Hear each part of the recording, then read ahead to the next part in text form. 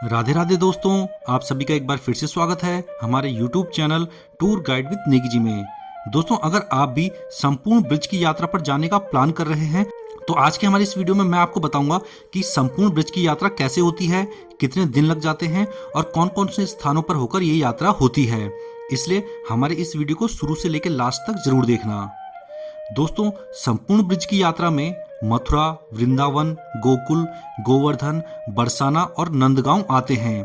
ये सभी स्थान भगवान श्री कृष्ण और राधा जी से जुड़े हुए हैं और ब्रज यात्रा पर आने वाले श्रद्धालु इन सभी स्थानों के दर्शन करते हैं। और अगर आप भी ब्रज यात्रा पर आते हैं तो इसके लिए सबसे पहले आ जाइए मथुरा में, क्योंकि मथुरा शहर तक आपको बस और ट्रेन दोनों की ही सुविधा आसानी से मिल जाएगी। भारत के कई बड़े शहरों से मथुरा तक डायरेक्ट बस और ट्रेन की सुविधा उपलब्ध है। और सबसे पहले हम अपनी इस यात्रा की शुरुआत भी मथुरा से ही करेंगे। तो अगर आप मथुरा रात को पहुंचते हैं तो सबसे पहले अपने लिए यहाँ पर होटल ले लीजिए या फिर कोई धर्मशाला ले लीजिए जहाँ पर आप रात को आराम कर सकें। और उसके बाद सुबह सुबह सबसे पहले निकल जाइए श्री कृष्ण जन्मभूमि मंदिर में। ये मंदिर सुबह 7 बजे खुल जाता है और यहाँ पर मंदिर में किसी भी प्रकार का सामान ले जाना मना है, चाहे फिर मोबाइल हो या फिर बैग। सब कुछ यहाँ बाहर में बने लॉकर रूम में रखकर जाना होता है। यहाँ पर भगवान श्री कृष्ण का जन्म कंस की जेल में हुआ था और वो कारागार आज भी इस मंदिर के अंदर मौजूद है। आपको यहाँ पूरे दर्शन करने में 1 घंटे का समय लग जाएगा, तो अच्छे से यहाँ पर कीजिए सबसे पहले दर्शन। और यहाँ पर दर्शन करने के बाद निकल जाइए मथुरा के ही एक और प्रसिद्ध मंदिर द्वारिकाधीश मंदिर में, जो कि इस मंदिर से करीब 2 किलोमीटर की दूरी पर है। यहाँ से ऑटो रिक्शा वगैरह चलते हैं जिनसे आप डायरेक्ट पहुँच सकते हैं द्वारिकाधीश मंदिर में। यहाँ पर भगवान श्री कृष्ण का एक खूबसूरत मंदिर है। यहाँ भगवान श्री कृष्ण को द्वारिकाधीश के रूप में पूजा जाता है। ये मंदिर दिन में 11 बजे तक खुला रहता है, उसके बाद 11 बजे से लेकर 4 बजे तक ये मंदिर बंद हो जाता है। तो सुबह सुबह जल्दी से जल्दी कोशिश कीजिए 11 बजे से पहले आप इस मंदिर में पहुँच जाएं। और इस मंदिर में अच्छे से दर्शन करने के बाद उसके बाद निकल जाइए मथुरा के एक प्रसिद्ध घाट विश्राम घाट की ओर, जो कि यहाँ से करीब आधा किलोमीटर की दूरी पर है। ये घाट बड़ा ही प्रसिद्ध है क्योंकि भगवान श्री कृष्ण ने जब कंस को मारा था तो सबसे पहली बार यहीं पर आकर विश्राम किया था, इसीलिए इस घाट का नाम पड़ गया विश्राम घाट। यहाँ पर शाम के समय माँ यमुना जी की आरती भी होती है और दिन के समय आप यहाँ पर बोटिंग कर सकते हैं।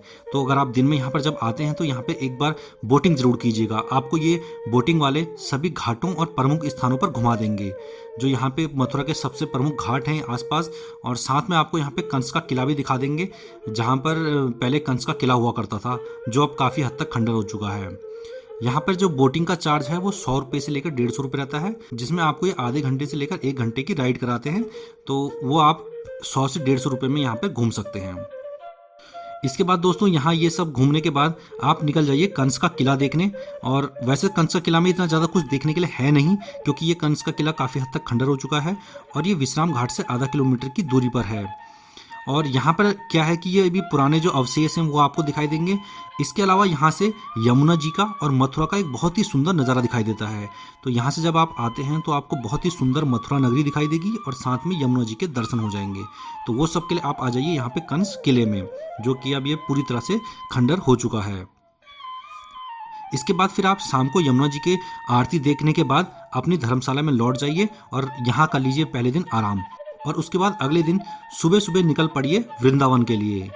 मथुरा से वृंदावन की दूरी करीब 15 किलोमीटर की है और यहाँ के लिए आपको ऑटो और बस सभी कुछ मिल जाएंगे, क्योंकि यहाँ से वृंदावन के लिए बसें और ऑटो लगातार चलती ही रहती हैं। अब दोस्तों, यहाँ से वृंदावन पहुँचने के बाद सबसे पहले दर्शन करेंगे हम बांके बिहारी मंदिर के, जो कि वृंदावन का एक सबसे प्रसिद्ध मंदिर है। तो सुबह सुबह सबसे पहले यहाँ पर बांके बिहारी जी में ठाकुर जी के दर्शन कर लीजिए। यहाँ पर बहुत ही सुंदर रूप में ठाकुर जी विराजमान हैं। यहाँ आधे घंटे में आपको अच्छे से दर्शन हो जाएंगे। वैसे मंदिर में भीड़ हमेशा ही बहुत ज़्यादा रहती है, इसीलिए आपको कम से कम आधा घंटा तो यहाँ पे दर्शन करने में लग ही जाएगा। इसके बाद निकल पड़िए राधा बल्लभ मंदिर की ओर, जो कि यहाँ बांके बिहारी मंदिर से करीब 1 किलोमीटर की दूरी पर है। यहाँ पर आप वृंदावन की छोटी छोटी गलियों से होते हुए इस मंदिर तक पहुँच सकते हैं। वैसे वृंदावन के जितने भी ज़्यादातर मंदिर हैं वो ऐसी छोटी छोटी गलियों से होकर गुजरते हैं। तो अब हम पहुंच चुके हैं राधा वल्लभ मंदिर में। यहाँ पहुंचने के बाद सबसे पहले कर लीजिए श्री राधा वल्लभ जी के दर्शन। यहाँ पर आपको श्री राधा वल्लभ जी का अति सुंदर रूप देखने को मिलेगा। इसके बाद रिक्शा पकड़ के निकल जाइए राधा रमन मंदिर की ओर, जो कि यहाँ से करीब 2 किलोमीटर की दूरी पर है। यहाँ पहुंचकर सबसे पहले दर्शन कीजिए राधा रमन जी के। उसके बाद इसी के पास स्थित है निधिवन, जहां पर कहा जाता है कि आज भी भगवान श्री कृष्ण और उनकी गोपियां रास रचाने आते हैं। निधिवन वृंदावन का सबसे रहस्यमयी स्थान भी है, तो इसलिए दिन में यहाँ पे फटाफट से कर लीजिए दर्शन। आपको यहाँ पे दर्शन करने में भी 1 घंटा लग जाएगा। यहाँ बहुत ही खूबसूरत एक वन है जिसके अंदर कई प्रकार के यहाँ पेड़ आपको देखने को मिलेंगे। इसके बाद निधिवन में दर्शन करने के बाद निकल जाइए शाम के समय प्रेम मंदिर की ओर, जो कि यहाँ निधिवन से करीब 4 किलोमीटर की दूरी पर है। प्रेम मंदिर जगत गुरु कृपालु जी महाराज द्वारा बनाया गया है और एक बहुत ही खूबसूरत और शानदार मंदिर है। इस मंदिर की खूबसूरती को देखकर हर कोई दंग रह जाता है। ये मंदिर दुनिया भर में प्रसिद्ध है और पूरे मंदिर को संगमरमर से बनाया गया है। यहाँ पर भगवान श्री कृष्ण की बाल लीलाओं को बहुत ही खूबसूरती के साथ दिखाया गया है और रात के समय ये मंदिर बहुत ही ज़्यादा खूबसूरत हो जाता है। यहाँ के दर्शन करने के बाद शाम को चले जाइए इस्कॉन टेम्पल में, जो कि प्रेम मंदिर से करीब 1 किलोमीटर की दूरी पर है। इस्कॉन टेम्पल में आपको भारतीयों के साथ साथ विदेशी भक्त भी नजर आ जाएंगे, जो कि भगवान श्री कृष्ण की भक्ति में नाचते गाते नजर आते हैं। ये मंदिर भी बेहद ही खूबसूरत है। यहाँ पर भगवान कृष्ण की भक्ति का एक अलग ही रूप दिखाई देता है। शाम तक आपको इन सभी मंदिरों के दर्शन हो जाएंगे और इसके बाद हो जाएगी आपको रात। तो इसके बाद अपने होटल में या तो वृंदावन में ले लीजिए या फिर मथुरा में, कहीं पे भी आप अपना होटल ले सकते हैं या फिर धर्मशाला ले सकते हैं। और रात को आराम करने के बाद फिर अगले दिन सुबह सुबह आपको निकलना है गोकुल के लिए। दोस्तों, गोकुल मथुरा से करीब 12 किलोमीटर की दूरी पर है और वृंदावन से यहाँ जाने के लिए आपको पहले आना होगा मथुरा में, और मथुरा से फिर ऑटो चलते हैं गोकुल के लिए। तो वहाँ पे 150 से 200 रुपए की बुकिंग में आप जा सकते हैं गोकुल में। दोस्तों, गोकुल वो स्थान है जहाँ पर भगवान श्री कृष्ण बाल अवस्था में रहा करते थे। उनके पिता वासुदेव कंस की जेल से यमुना पार करते हुए यहाँ गोकुल में पहुंचे थे और भगवान श्री कृष्ण को नंद बाबा के यहाँ रखा था। इसलिए ये स्थान बेहद ही पवित्र और दर्शनीय है। गोकुल में पहुंचकर आप नंद बाबा के महल के दर्शन कर सकते हैं, जो कि अब मंदिर में परिवर्तित हो चुका है, और उनके बचपन से जुड़े कई स्थान भी आपको यहाँ देखने को मिलेंगे, क्योंकि भगवान श्री कृष्ण यहाँ पर 11 वर्ष रहे थे। इसके बाद यहाँ से 3 किलोमीटर की दूरी पर स्थित है रमन रेती। ये स्थान भी बड़ा ही फेमस है, क्योंकि यहाँ पर भगवान श्री कृष्ण बचपन में गाय चराते हुए खेल किया करते थे। इसलिए यहाँ पर आने वाले भक्त भी रेत में लौटते हैं और ब्रज की रज को अपने शरीर पर लगाते हैं। दोस्तों, यहाँ पूरा दिन आपको इस गोकुल की यात्रा को करने में लग जाएगा, गोकुल और रमन रेती घूमने में। इन स्थानों पर घूमने के बाद रात में रुकने के लिए वापस आ जाइए मथुरा में और रात को मथुरा में ही आराम कीजिए, और उसके बाद चौथे दिन निकल पड़िए गोवर्धन पर्वत की यात्रा पर। और ये गोवर्धन पर्वत वही स्थान है जिसे भगवान श्री कृष्ण ने अपनी उंगली पर उठाया था, और वो गोवर्धन पर्वत आज भी यहाँ मौजूद है। दोस्तों, गोवर्धन के लिए मथुरा से आपको बस मिल जाएगी और यहाँ के लिए रोडवेज बसें भी चलती हैं और इलेक्ट्रिक बसें भी यहाँ के लिए चलती हैं। तो सुबह सुबह सबसे पहले निकल जाइए गोवर्धन के लिए, जो कि मथुरा से करीब 25 किलोमीटर की दूरी पर है। अब दोस्तों, गोवर्धन बस अड्डे से ही गोवर्धन परिक्रमा के लिए आपको रिक्शे मिल जाते हैं, जो कि गोवर्धन परिक्रमा मार्ग पर पड़ने वाले सभी मंदिरों के दर्शन आपको 3 से 4 घंटे में करा देते हैं।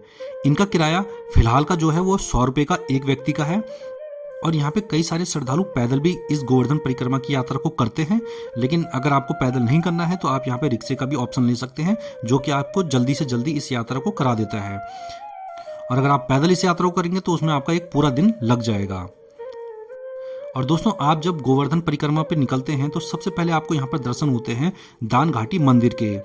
यहाँ पर भगवान श्री कृष्ण को राधा जी ने दूध, दही और मक्खन का दान किया था, इसलिए इस मंदिर का नाम दान घाटी मंदिर पड़ गया है।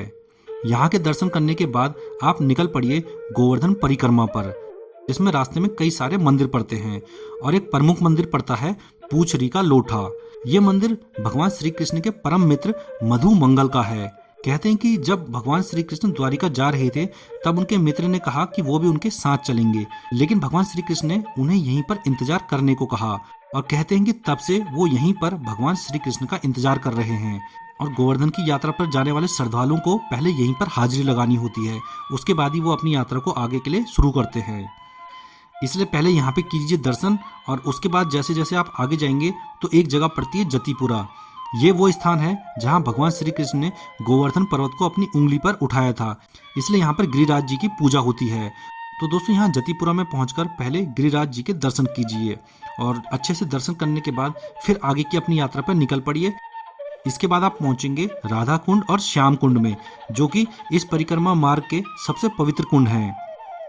यहाँ पर जो श्याम कुंड है, इसका निर्माण स्वयं भगवान श्री कृष्ण ने अपनी बांसुरी से किया है, और जो राधा कुंड है, इसका निर्माण राधा जी ने अपने कंगनों से किया है। ये दोनों कुंड आपस में जुड़े हुए हैं और यहाँ पर स्नान करना बेहद ही पवित्र माना जाता है, इसलिए गोवर्धन परिक्रमा में आने वाले भक्त यहाँ पर स्नान जरूर करते हैं। और इसके बाद आप दर्शन के लिए निकल सकते हैं मानसी गंगा में। ये गोवर्धन परिक्रमा मार्ग का वो अंतिम मंदिर है जहाँ पर स्थित कुंड में जल को भगवान श्री कृष्ण ने स्वयं अपने मन से प्रकट किया था, इसलिए इस जल को मानसी गंगा कहा जाता है। यहाँ पर भी आप मंदिर के दर्शन करके और शुद्ध गंगा जी में स्नान करके अपनी इस यात्रा को समाप्त कर सकते हैं, और इस पूरी परिक्रमा करने में आपको शाम हो जाएगी। इसके बाद आप रात को यहीं पर अपनी धर्मशाला या होटल लेके यहीं पर रात को रुक जाइए। इसके बाद अगले दिन की तैयारी कीजिए बरसाना जाने की। दोस्तों, गोवर्धन से जो बरसाना की दूरी है वो करीब 20 किलोमीटर की है, तो फिर अगले दिन सुबह सुबह निकल पड़िए बरसाना की यात्रा पर। बरसाना में प्रसिद्ध लाडली जी का मंदिर है, जो कि बरसाना के बस स्टेशन से करीब 2 किलोमीटर की दूरी पर है, और यहाँ पर 250 सीढ़ियाँ चढ़ने के बाद आप इस मंदिर तक पहुँच पाएंगे। राधा रानी जी का जो यहाँ पर मंदिर है उसे श्री लाडली जी मंदिर के नाम से यहाँ पर जाना जाता है, और देश के कोने कोने से श्रद्धालु यहाँ लाडली जी के दर्शनों के लिए आते हैं। ये मंदिर बहुत ही खूबसूरत है और ऊंचाई पर होने के कारण यहाँ से बरसाना का एक बहुत ही सुंदर नज़ारा आपको दिखाई देगा। इसके अलावा बरसाना की लठमार होली भी पूरे विश्व में प्रसिद्ध है। यहाँ के भी दर्शन करने के बाद अब निकल जाइए नंदगांव के लिए, जो कि बरसाना से करीब 10 किलोमीटर की दूरी पर है। इस गांव का नाम नंद बाबा के नाम पर नंदगांव पड़ा है।